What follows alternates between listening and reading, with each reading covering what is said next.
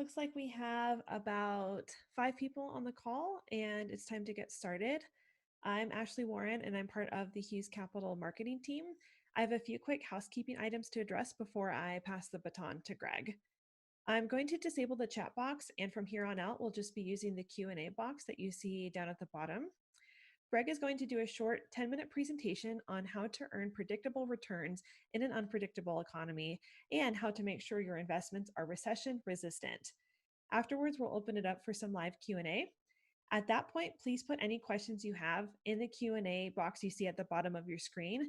And if you don't see it, you'll need to hover over the bottom of your screen and it will pop up. Other attendees will not be able to see your questions, and you can ask questions anonymously if you don't want us to share your name. You can put questions in during the presentation, but we found it's best to wait until the end because many questions are answered by the presentation. And for anyone who has dialed in on their phones, I see at least one person who's on their phone. You won't be able to ask questions, but I'll be reading the questions aloud and Greg will answer them aloud. So you can just listen and you won't miss anything. Those of you who are on your computers or on the app via a smart device may see a feature called raised hand, but there's no reason for us to use that during the webinar, so you can just ignore it. Okay, looks like Greg is here, so I'd like to introduce him. Greg Hughes is the CEO and founder of Hughes Private Capital, which he's been running for over a decade. He's the co-manager of 4 investment funds and the Hughes Capital custom portfolio option. Welcome, Greg. Why don't we get started? All right. Thanks, Ashley, for doing a nice little introduction there, getting everybody set up and ready for this. All right. Well, we're going to talk about how to, have some investments that are out there that are recession resistant. And we are definitely in some unpredictable times. So one of the things that's really nice about what we do here is we can make things very predictable, overall. So one of the things I like to do is when we start out is just give a little tiny bit of background. Do you have a picture of the family, Ashley, that you can throw up there? Okay, I thought so. This is kind of one of the first times we've done this. So I've been around in Reno. I was born and raised in Reno. Been here now. It's going to be coming on the big 54 years at this point. So I've got 4 kids. I have a daughter that's my oldest, and then 3 boys. And this is a nice little picture of the family as we were in Japan this year visiting my oldest son. He's the one there in the red shirt who was in the Air Force. So, and then his wife, Taylor, that there is in front of him. And then you can see my wife standing next to the right side of me. My daughter is there in the middle in the white. And it's her boyfriend, Will, that's on the far right when you're looking there. And then I've got Dexter and Tate, my 2 other boys there. So somehow they all got height bigger and taller than I am. But anyways, been here in Reno for the 54 years, born and raised, as I said, and have the 4 kids. So that kind of gives you just a little quick background on what I'm doing. So what I think we'll do here today, Ashley's going to ask me some questions, kind of, prompt me on a few things. But I think the first thing what we do is set the foundation for everybody so they know what we do here, and then we'll kind of go into more of what and how you can participate if that's something that you're on this call for or webinar. So we buy homes that are in the Midwest. And being in the Midwest meaning we're in St. Louis, we're in Cleveland, and we're in Birmingham. We're also starting to buy now in Toledo and also Akron, Ohio as well. So those are the 5 main places that we buy homes. They're affordable homes. They're worth about $75,000 to $100,000 on average. It differs, of course, from there, but that's the average. We call them affordable because they're affordable rents. And so what we do is we go out and find these homes, we buy them, we rehab them, and we put a tenant in them. And the biggest reason that we're in the Midwest is because we can buy these homes and they have a nice rent ratio or a high yield, depending on how you want to say it, for the value of the home. So in other words, we can get a higher rent ratio compared to the value of the home as compared to, say, if we did something in Reno or California is a great example, right? Very, very high costs there. When you buy in the Midwest, you buy mainly for cash flow, or at least that's what we do. We're not buying for appreciation. That might be the cherry on top that happens over a period of time, but we buy strictly on cash flow. And that's what helps us to be really recession resistant when we're doing this. And because these homes don't fluctuate up and down in value much, the timing of when we buy these homes isn't all that important, too. As we start to go into some probably tough economic times right now, even that is not going to be a great buying time for us because these homes just don't fluctuate a lot. We'll probably get some better deals, but it's just like on the other side when it's really hot and heavy. We're not worried about that either because the houses just don't go crazy. Or, we experienced here in Reno during the downturn 11 years ago, places dropping as much as 60% in value. We won't experience any of that in the Midwest. And it's not just the Midwest, but it's because of what we buy in the Midwest with these homes. So that gives you kind of an idea of what we're doing. It's all about buying them and holding on to them and putting and keeping them as rentals. We have 728 homes was the last report I saw yesterday, or doors that we manage in the portfolios. And that's what also gives us a lot of the diversification because we're not only geographically diversified among all these different areas, but at the same time too, we're diversified across 728 doors that we're managing. So that really gives us again a nice big safety net as we do this. So that I think gives you a good idea of what we do. You want to maybe take it now, Ashley, and ask me a few questions on now the pressure's on you. It's all off of me, okay? No worries.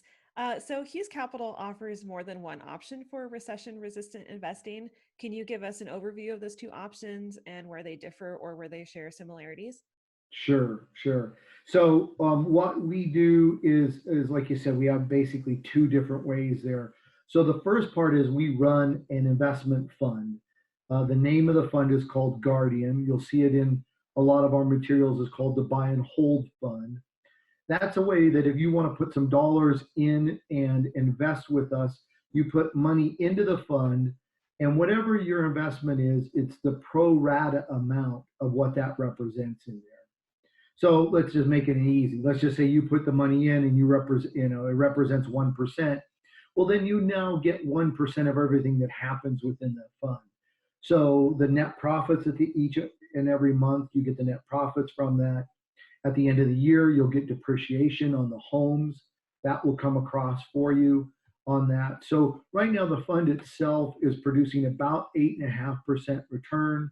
Plus, you get the depreciation. That will add maybe another 1.5% to your return there. So that's one way that you can come in.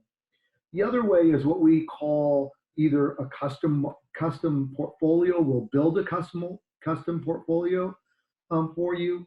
And we'll call you a lot of times a secured investor. Now, why would we do that? The reason is because if you come in that way, we're going to actually sell you a property actually out of the fund, or properties. Most of the time, it's properties, and you're gonna own that property with your name on the title, and that's what makes you a secured investor. And you can do this either doing it through cash, coming in with cash, or you can use your IRA, or you can do a 1031 exchange. So a lot of people, and we can talk a little bit more about that down the road here, but a lot of people will do a 1031 exchange. So let me tell you how that all works if you come in as a secured investor. You come in, we sell you the properties. We then lease those properties back from you. And then we pay you a set monthly income. So we try to set this whole thing up so it's 100% passive investment for you. So once we've done that, we're paying you now a set monthly income. We take over all the responsibility, all the performance issues of those homes that we've sold to you because we're leasing them back from you. And so anything that happens there becomes our problem, not your problem. And when I say this, we take over everything except for one single expense that you end up having, and that is the owner's insurance. That's the only expense that you have. And even with that, we will help you go out there and get the insurance because we use an insurance company does this for us all the time, and we'll even pay that for you. But it is an expense out of your pocket. But that is your only expense. I always like to give a couple quick examples for this because I get asked, well, what about the property taxes, all those things? Everything's covered. Let's say the hot water heater breaks. We go out, we fix it, and we pay for it. Let's say that your property is vacant. It doesn't matter. We still pay you that set monthly income that we've agreed to when we lease that property back. Now, from our perspective, the big deal there is we look at it as an entire portfolio. So that's 728 doors that we have in the portfolio. That's what we look at with even your property. So that's how we can know what we can pay, and we can set all of that stuff up for you. So those are the kind of the two main ways that you can come in and do stuff with us when you want to invest. Great. I think this is a good time to open this up for questions. So as we mentioned before, you can submit your questions at the bottom of the screen using the Q&A tool. Those go straight to us so no one else can see them. And we'll give everyone a minute to submit their questions, but it looks like we have a few here already. Okay, so let's start with this one, which is actually a two-part question. So is it safe to take on debt right now to invest it? Could that debt become a problem during a recession? Yeah, that's something we actually didn't even really cover in what we talked about here. So let me back up for a second before I answer that question 100% there. Um, One of the other things that you can do as a secured investor, so when your name is on the title of the property, and whether you're doing a 1031 exchange or you're just coming in and buying properties and you're secured by that title, you can get outside financing. Now, with the 1031, again, there's going to be more technicalities that come up with that. And we're more than happy to answer all those questions if you want to make a time to talk to us. This is probably not the place to do it right now. But what you can do is you can finance your purchases. And the best way to go about doing that is through a traditional mortgage. The other thing I didn't speak about or talk about is that if you come in as a secured investor and you do an all cash deal, you're going to make somewhere between about 7 to 8% or so on your money with that. You have the security of having your name on the title. And so that's a great place to be if that's what you're looking for. However, you can do one more thing with that, and that is get financing on those pieces of properties or those properties. And if you do that, usually we can. It depends on how it's going to be set up, but we can get almost a double, or actually sometimes it's even a little bit more, double return if you do the financing. And so we would help you to go out, get the financing done, but it is a pain in the rear, right? I mean, anytime you go get financing, it's kind of a hassle. But the beauty is when you have that and it's a traditional mortgage, you got a beautiful low interest rate, 30-year Fannie Mae mortgage on those properties, and it really doesn't get much better than that. So, okay, Ashley, you asked a question a while back, a very long answer there, but that's something we didn't cover, and so I'm glad you brought that up. Is that, is this a good time to do it? Yeah, I think it is, because we have interest rates that are so low right now, and there's always the deal that debt can be your friend or can be your foe, right? So in other words, what happens is if you use debt smart, in other words, by buying homes that aren't going to get you in trouble, that have a good cash flow, that don't fluctuate up and down in value a whole lot, that will almost always stay rented. And in this case, we even put the cherry on top of that because We actually rent them back from you and put it within the whole portfolio. So you're not even reliant on just those homes. That's some really good, smart debt to have. Doesn't matter whether we're going into recession or not. These homes will continue to perform. When things go bad, or go badly out there in the economy, people don't upsize, they downsize. So even with what we have, these affordable homes, that's where people are going to end up going. Now, the opposite side of that, and so many times all of us, as we've been growing up, have been told that, debt's bad. And it is bad. If you use debt to go buy something you can't afford, maybe you're buying your ski boat or your RV or whatever, and you can't afford it, and the only way you can is through debt, and that's an asset that depreciates and doesn't produce you income. Yeah, you're going to be. I would not suggest doing that as we go into the recession. Especially everything else we're dealing with today. So, all right, well, I don't know. You keep asking questions like that, and I keep answering like that. We're going to be done with this thing before we know it. So, you got another? Do you have another one there? Well, that tied in well to another question that we did have, which is why the homes we purchase would survive an economic crisis such as the 2009 recession. Is there anything else related to that question that we didn't already address? Seems like we kind of touched on most of that already. We did. I think, though, I would like to say this about that. We have literally been, for the last 11 years, building, now, not just this portfolio, but different things and what we've been doing. And especially in the last 3 years, building a portfolio specifically for that. So that's why we say, we got the big R&R, recession resistant. And that's why we buy where we buy, what we buy.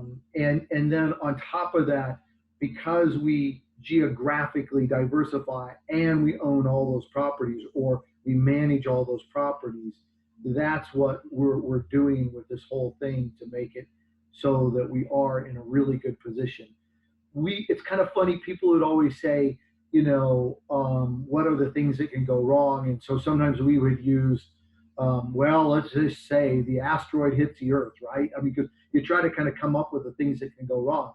We did not come up with a virus is going to strike our society. But so far, so good. Are we missing some rents? Yeah. And it might get a little bit worse here and might soften a tad bit for us. But at the same time, too, you can't find more affordable housing than basically what we own.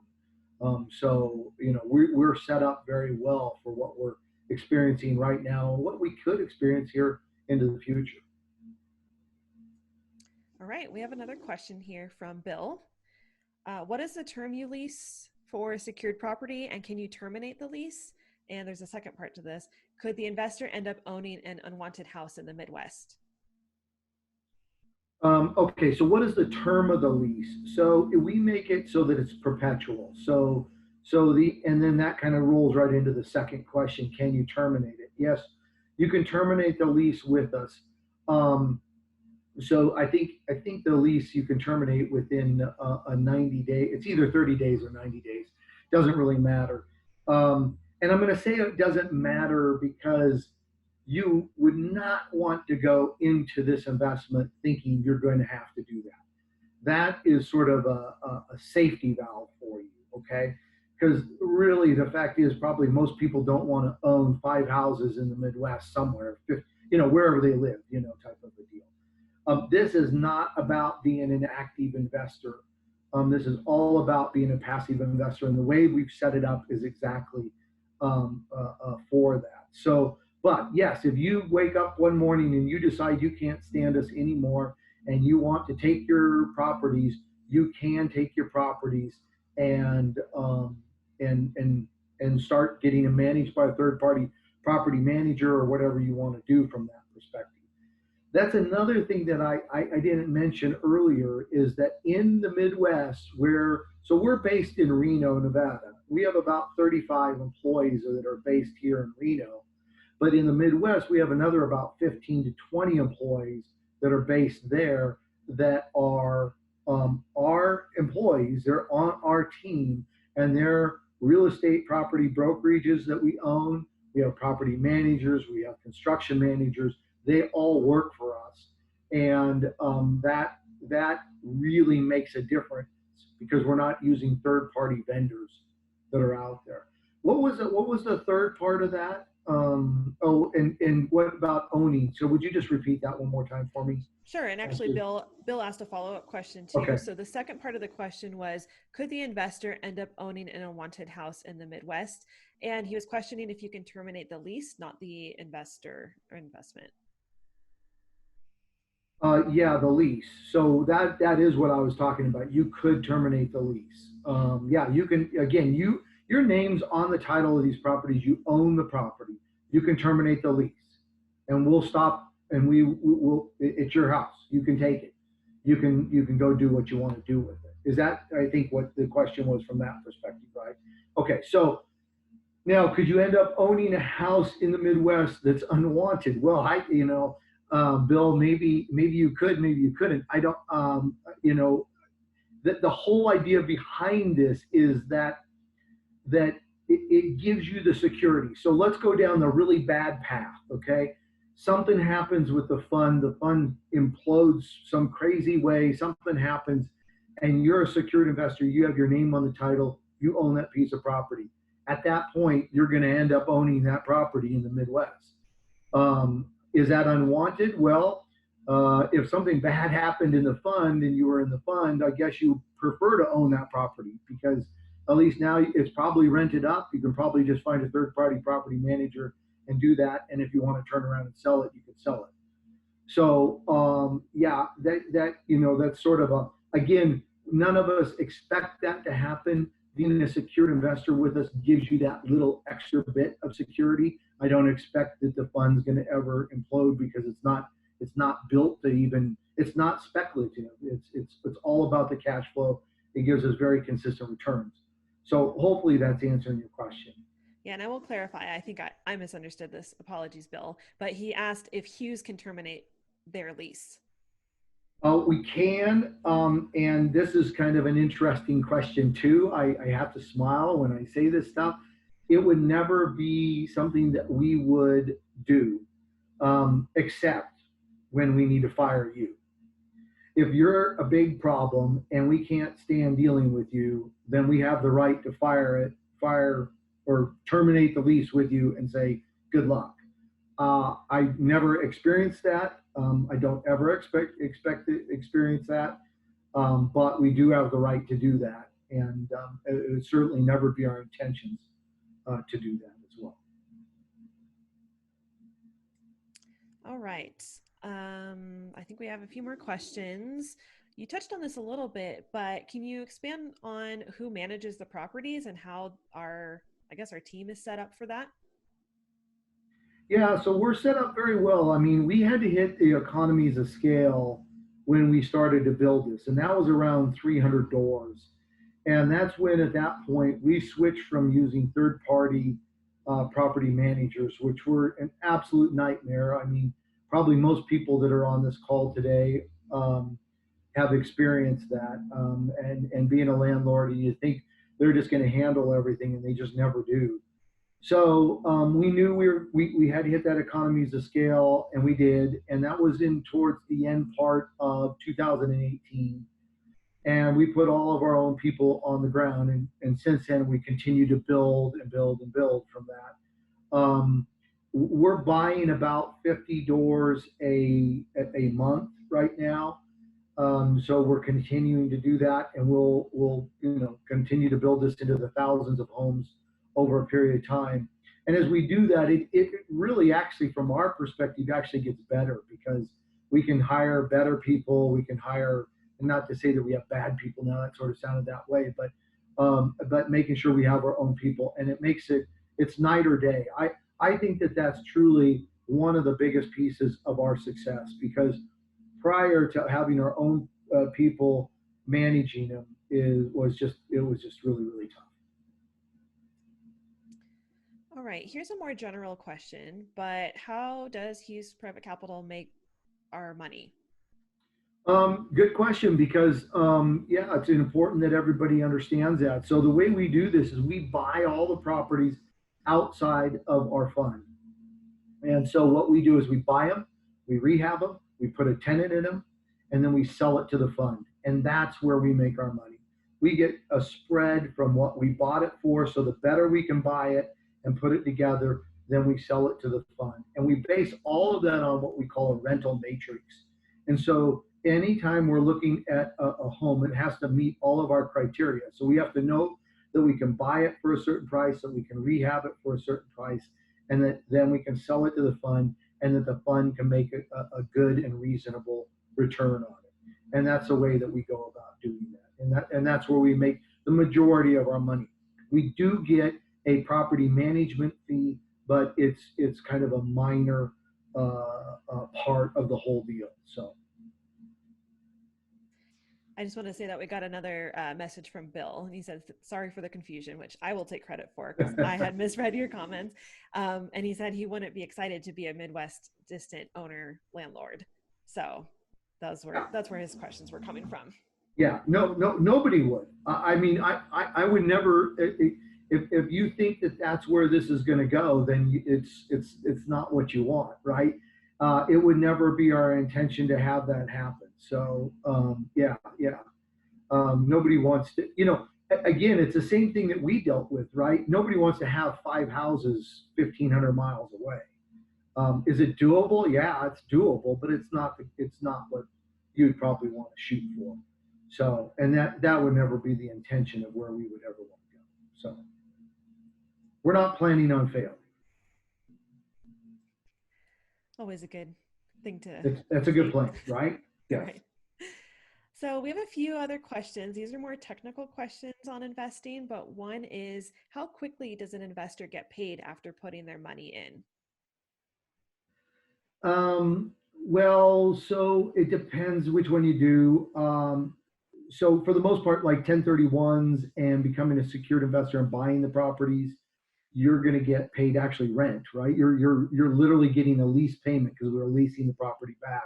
We call it set monthly income, but you get paid at the beginning of the month, just like any other. We're your renter, we're your tenant.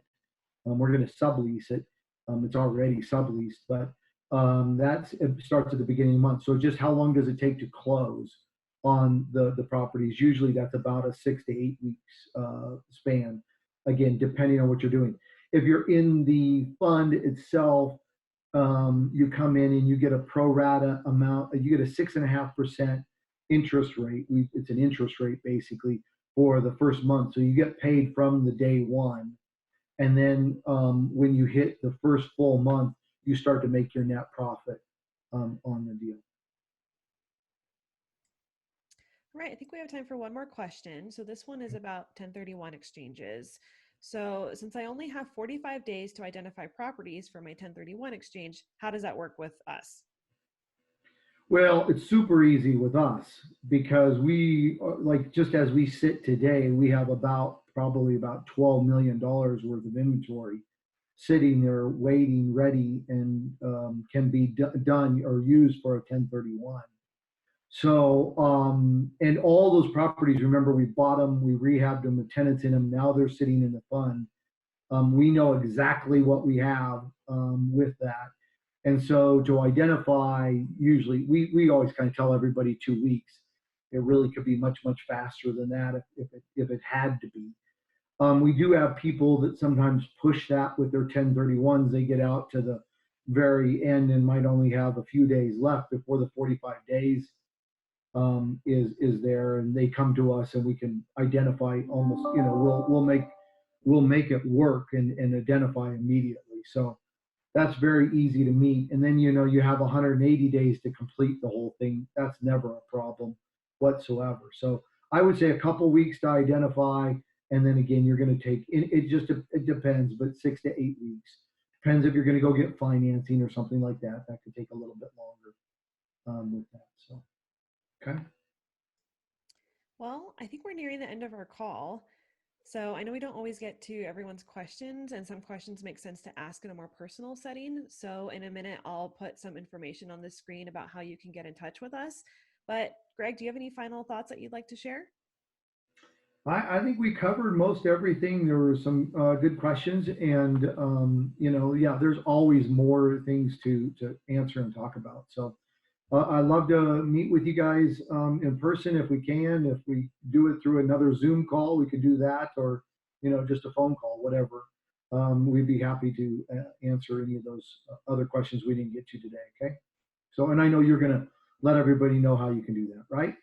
I will do that in just Okay. a moment. So All thanks right. so Thanks much, for Greg. everything. Yeah. All right, so like Red just mentioned, we are going to put some information on the screen in just a second. And if you're interested in setting up a private meeting with our team, you can enter your name and the best way to get a hold of you in the Q&A box, and we'll collect that information. And remember that this is private and no one else can see this information. So we look forward to getting in touch with you.